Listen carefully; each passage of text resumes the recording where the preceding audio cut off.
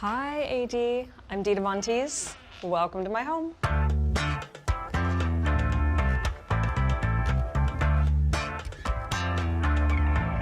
I moved into this 1927 English Tudor about 5 years ago. When I moved into this house, it was all white walls, and I really loathe white walls. I love color. I like feeling like all my favorite colors are represented in the house. I had a mural painted that was inspired by a picture of a castle, and there's lots of little hidden things like a little monkey up there. There are a few white walls left like this one here, because I'm going to cover this in feathers. I love having blank space to come up with ideas. I started wearing vintage clothes because I couldn't afford all the cool designer jeans my friends had. And then that kind of spilled over into collecting vintage and antique things for my home.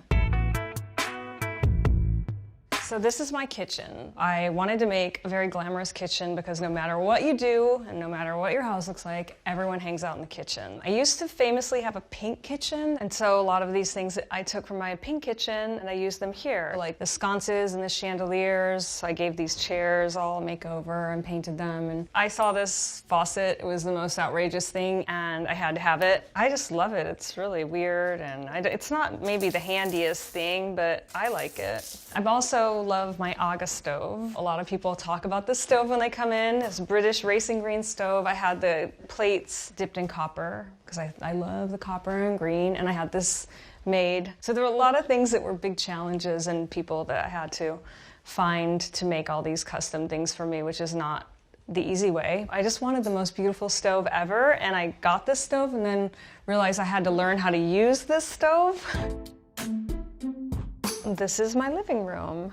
I am a maximalist, not a minimalist, and this room is evidence of it. I have a lot of stuff. You see more of the vintage taxidermy and all my little found treasures. This is a new art piece that a friend of mine from Australia sent to me that does ethical taxidermy of things that died naturally, and she made this bunny a little tailcoat. I have a grandfather clock which is currently turned off so that it would not bing bong bing all over the videos. This is a piece that my friend Stacia found at a flea market and then bought the vintage fabric and redid this piece. This actually was a reproduction of a French sofa. It's not very big, and also I should say every single sofa in this house is extremely uncomfortable. There's really nowhere comfortable to sit in this house. These are some of my favorite taxidermy in the house. These are Victorian era bird taxidermy in these heart-shaped domes. Every time I've moved house, which is 3 times in the past 20 years, I hand carry those myself because if somebody ever shattered those, I would be devastated. These are all my vintage and rare books. Like, this is a fun one. This is a very rare one. It's been a source of truth in burlesque, and when you look at this book you realize that burlesque was not all Gypsy Rose Lee or like the movie portrayed burlesque, but really it was kind of a glorified strip club in a lot of ways in the 30s and 40s, and this book is the proof. I have a lot of collections of my vintage feathers from back in the days when ladies used to wear big beautiful feathers in their hats, and you know, they don't make them like this anymore, I promise you, because I buy modern feathers all the time and they do not look like this. Lots of useless information from a burlesque dancer. Feathers. I have a lot of powder puffs. I just like them. I keep getting them. Just like them. More powder puffs because you definitely need a powder puff on a stick too. This is my dining room. I bought this dining room set at the flea market, and I put one of my favorite fabrics that I saw in Paris in a Jacques Garcia hotel. And I had to have it, so I tracked it down and I put it on these flea market chairs. This was just a piece of glass that I cut because there was no glass top, and then my ladies that did all the murals, they painted this glass. I'd heard this story that Robert Smith from The Cure used to keep a lipstick on a string by his front door, and he just like put it on before he left. So I asked him once if that was true, and he said it was true at one time. So I put this lipstick on a gold chain so that when I'm having parties and I can't find my lipstick or I don't want to go upstairs to my vanity, then I can just like do it right here. So it's kind of an antique mirror, so I can't see much, but it still works. This is an antique fishbowl that I bought when I was on my last US tour. I love going on tour because I have a semi-truck filled with all my lighting and my props and all my gear, and I love to go to the antique stores and throw more stuff on there, and my crew hates it, but I do. I bring them like this fishbowl until I find a spot for that. So this is my little patio. I like to have my tea here and watch the hummingbird fights that happen over this feeder. I love red geraniums, and so this is usually filled with red geraniums. I'm obsessed with it because I'm from Michigan, and I used to go to this place called the Grand Hotel, and so people from Michigan will know about this, but it's just the longest porch in the world, and it's just tons of boxes of red geraniums. So it's one of those childhood obsessions that has spilled over into my life.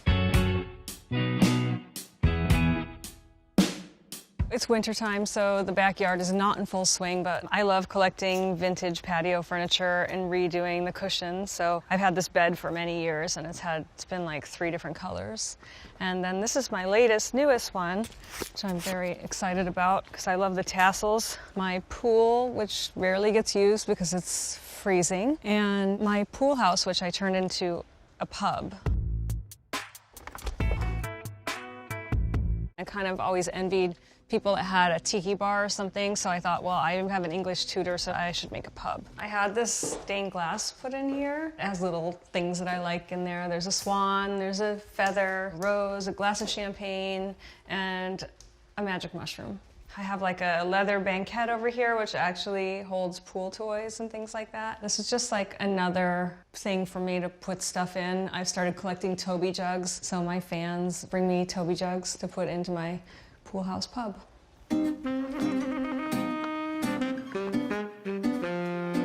Here's the woman cave library, where I keep a lot of my art collection too.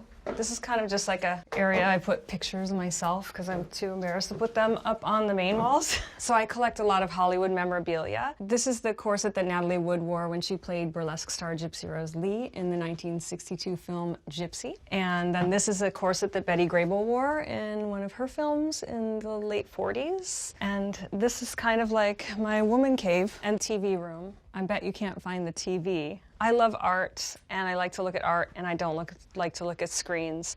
So I hid the TV behind this piece of art. So you basically open this up and pull the TV out, and you have to turn it sideways. It's kind of silly, but it is what it is. And this is one of my favorite artists. His name is Peter Dribbin. I have 4 paintings from him, which also appears on a men's magazine. Betty Page posed for these kinds of things, and they're men's magazines. They're racy. This magazine, I have this painting over here, and then I also have this one over here on that wall. I'm very proud of these. These are Betty Page's favorite shoes. They came from the Irving Klaw Studios, which is where she took all those vintage bondage photos. And I have the model release that she signed in 1952 for $60. Very simple. I mean, people make me sign like 5-page model releases now. This is like 4 sentences. This is one of my treasured possessions, an Art Deco bar. I love painted glass and reverse painted glass. It's one of my favorite things. And oh my God, hold on. Okay, I have way too many martini and champagne glasses too, as you would guess. Oh, I have my barnoculars in here. Take this to like music festivals and load it up with my favorite booze. No one would suspect a thing, right? I've collected a lot of this art over the years that inspired my pinup career, and also they painted all these jewels that are kind of meant to be holding the paintings. And then I also love this tassel. There's a designer called Jacques Garcia that always does these long rope tassels. I shoved this into my suitcase. It's really heavy on one of my trips home from Paris, but I really love it every time I walk up there. I love the feeling of that rope, if you know what I mean. This is my upstairs area where my bedroom is and all my closets are. I think they used to be children's rooms, but they're not anymore.